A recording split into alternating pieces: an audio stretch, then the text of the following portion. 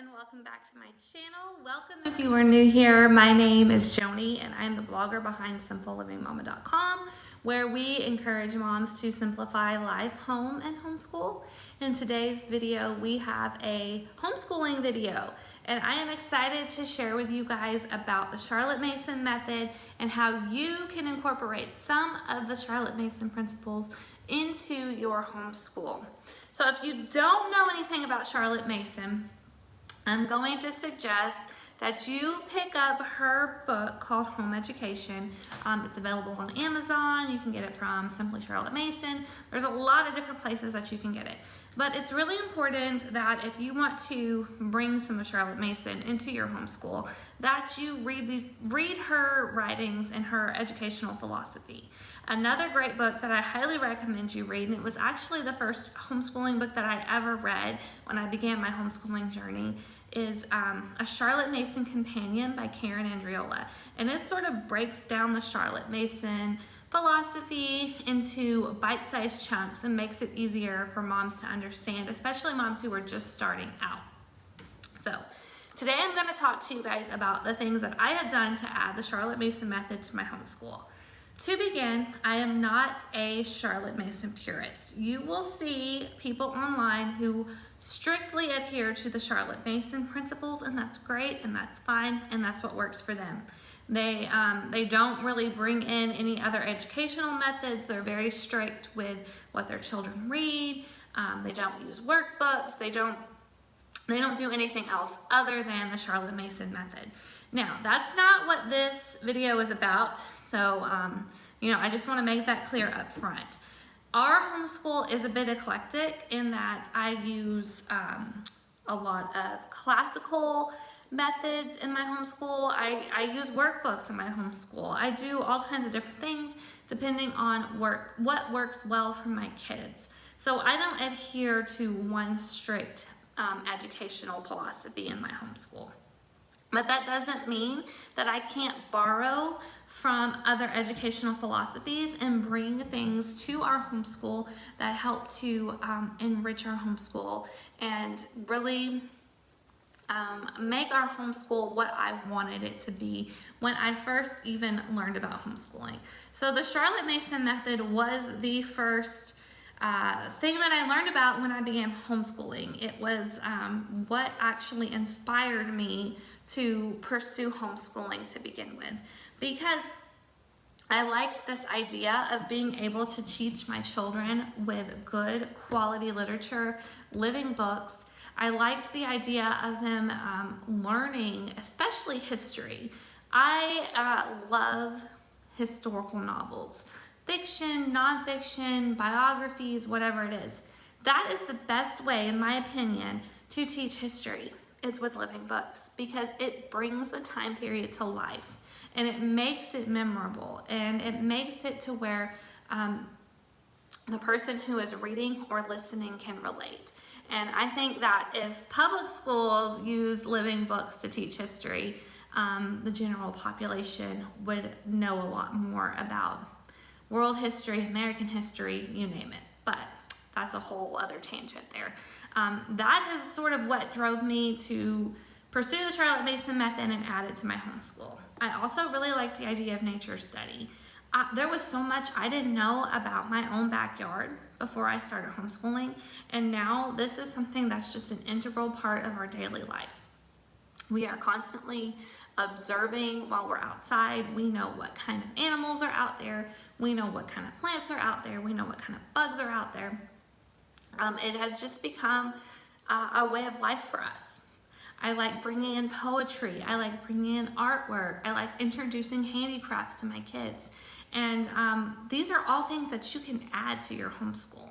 So before I get too far into what I love about the Charlotte Mason method, I'm going to give you guys some tips and some ways that you can implement some of her ideas in your homeschool, okay, without going whole hog Charlotte Mason.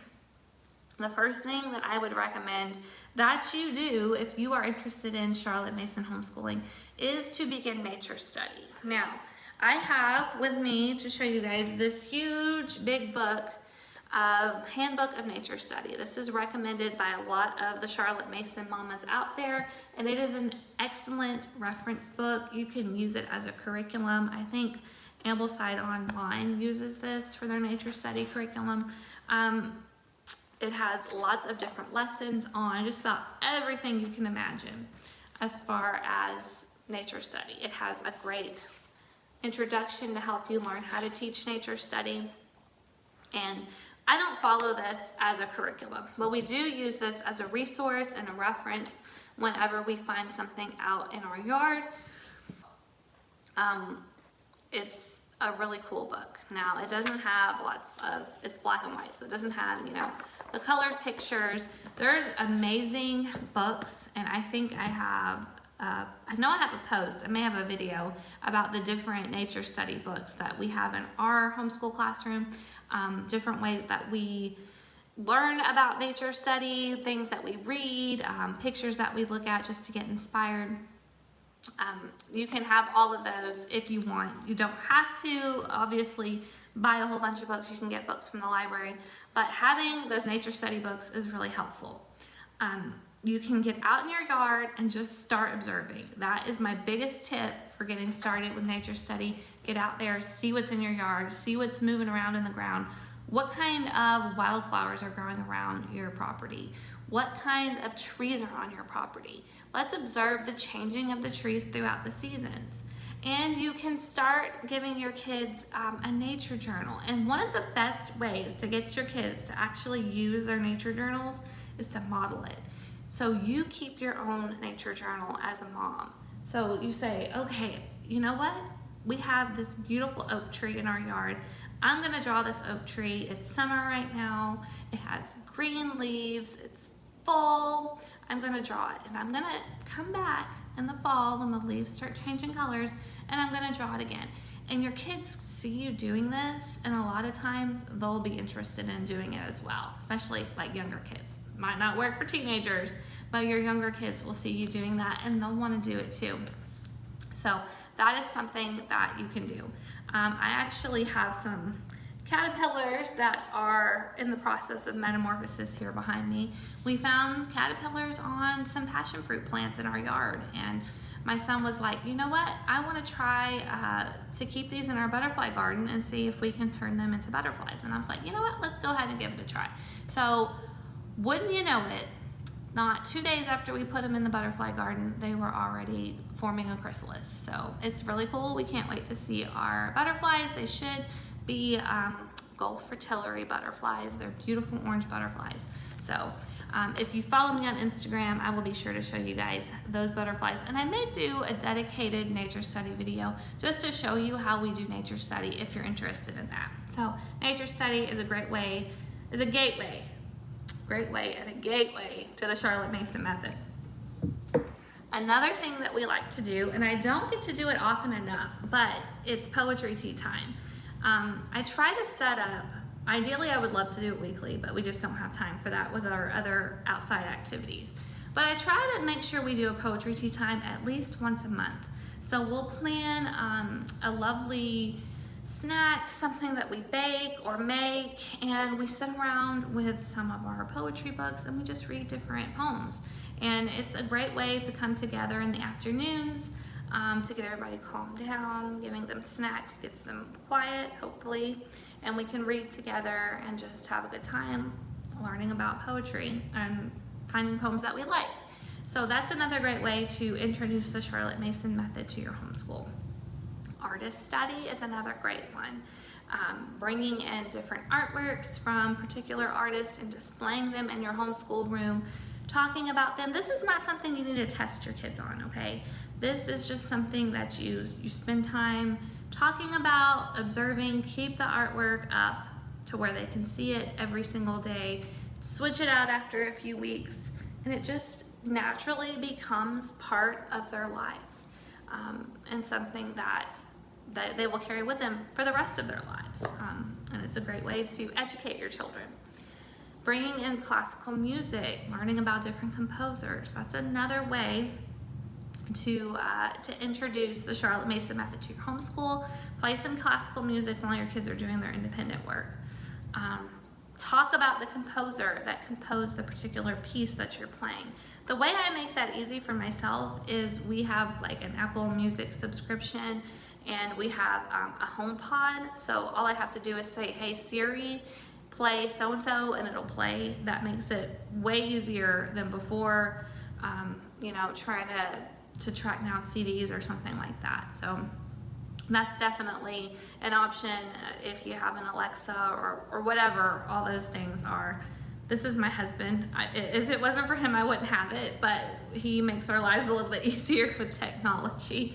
So that does help me when I want to play something for the kids. Let's see.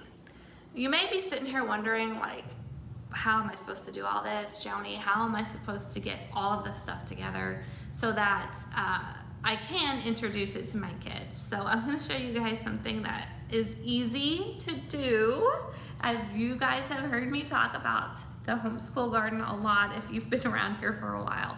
But this is probably one of the best ways to introduce some of the Charlotte Mason method into your homeschool. This is the Homeschool Garden morning time.